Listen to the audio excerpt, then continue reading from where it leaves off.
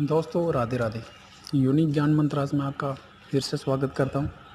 पहले तो मैं माफ़ी चाहता हूँ, काफ़ी दिनों के बाद ये पोस्ट कर रहा हूँ मैं। उसका एक कारण था, कुछ लोग जानते होंगे और जो लोग नहीं जानते होंगे तो कोई बात नहीं। तो खैर, आज हम बात करेंगे अप्सरा साधना के अनोखे अनुभव।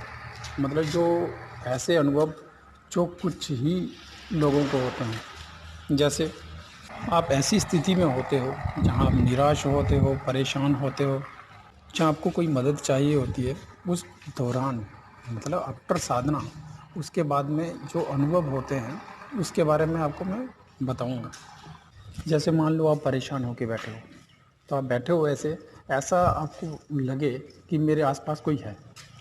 मतलब ऐसा लगे जैसे मेरे पीछे है कोई, मेरे साइड में है। मतलब आपके सामने नहीं है, आपके साइड में है, आपके पीछे है। मतलब जो हमारी छठी इंद्री है वो हमें पहले ही सूचित करती है, जैसे मान लो कोई है हमारे आसपास। दूसरा जो अनुभव है उसमें क्या, मान लो परेशान बैठे हो और आपके हाथ के ऊपर किसी ने हाथ रख लिया, आप एकदम से चौंक जाओगे। तो कोई भी जो शक्तियाँ हैं, कोई भी शक्ति है, वो आपको पहले देखती है कि मतलब आप कितना चौंकते हो, कितना डरते हो। कि आप तो मतलब वो आपके सामने जहाँ आपको दर्शन दे, या कोई भी प्रकार से, मैं ये नहीं बोल रहा हूँ फिजिकल रूप से, किसी भी प्रकार से आपको दिखने की कोशिश करें, अपनी मौजूदगी को दर्शाने की कोशिश करें, तो आपको कितना झेल पाओगे। मान लो, एग्जांपल देता हूँ आपको। मान लो आज अगर आपके सामने अप्सरा आ जाए तो क्या आप उस बात को अपने तक सीमित रख पाओगे? कभी भी नहीं। आप क्या बोलोगे? अपने दोस्तों के साथ शेयर करोगे, अपने फ्रेंड्स के साथ शेयर करोगे, ये वो, मतलब पूरा हल्ला मचा दोगे कि ऐसा हुआ। दूसरी बड़ी बात है, उसमें आप डर जाओगे, जहाँ तो भाग जाओगे, जब पता नहीं होगा आपको ये क्या है क्या नहीं। इसलिए मैं कहता हूँ, अगर आपको सूक्ष्म रूप से भी दिखे तो भी आप चौंक जाओगे, डर जाओगे, और अपने जो अनुभव होंगे वो दूसरों के साथ शेयर करोगे। जैसे अपने दोस्त के साथ बोलोगे, मतलब मेरे साथ ऐसा हुआ, मेरे साथ ऐसा हुआ।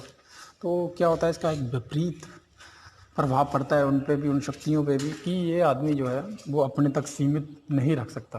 क्योंकि अगर शक्तियों को ऐसे ओपनली घूमना हो तो फिर साधना किस बात की, फिर तो ऐसे ही उपलब्ध हो जाएंगे। एक समय था, एक युग था जब ये बात होती थी।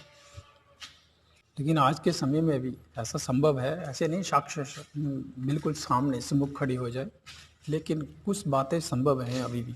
मैंने पहले ही बोला था कि अप्सराएं 3 तत्व होती हैं, उनमें पृथ्वी तत्व नहीं होता, कोई जल तत्व नहीं होता। लेकिन वो इन तत्वों को भी प्राप्त कर सकती है अपनी इच्छा अनुसार। ये उनके भक्त के ऊपर निर्भर करता है कि उनके अंदर कितना तपोबल है। ये तो आप सभी जानते हैं कि जो भी देवता होते हैं उन्हें शक्ति कहाँ से मिलती है? हमारी भक्ति से। तो जितनी हमारी साधना में जो शक्ति होगी, उतना ही हम उन्हें स्पष्ट देख पाएंगे, उतने ही जो हमें अनुभव होंगे वो स्पष्ट होंगे।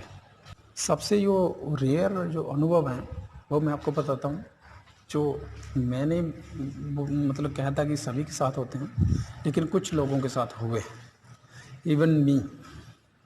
मान लो आप रात को सो जाते हो, अदृश्य रूप से आपके साथ कोई सो गया, आपको पता नहीं है। लेकिन जैसे ही आप करवट बदलोगे, अपनी करवट बदलोगे, उस टाइम क्या होगा? ऐसा लगेगा आपको कि कोई सोया हुआ था मेरे साथ और वो अचानक से जाग गया। इसका उदाहरण दूंगा आपको, उसकी आवाज़ आएगी जैसे सांस लेने की आवाज़, ऐसे कई सारी करवट बदलने की आवाज़। ऐसा लगेगा कोई, मतलब ऐसे हलचल हो रही है इस प्रकार की। लेकिन ये रेयर अनुभव है, हर किसी के साथ नहीं होगा।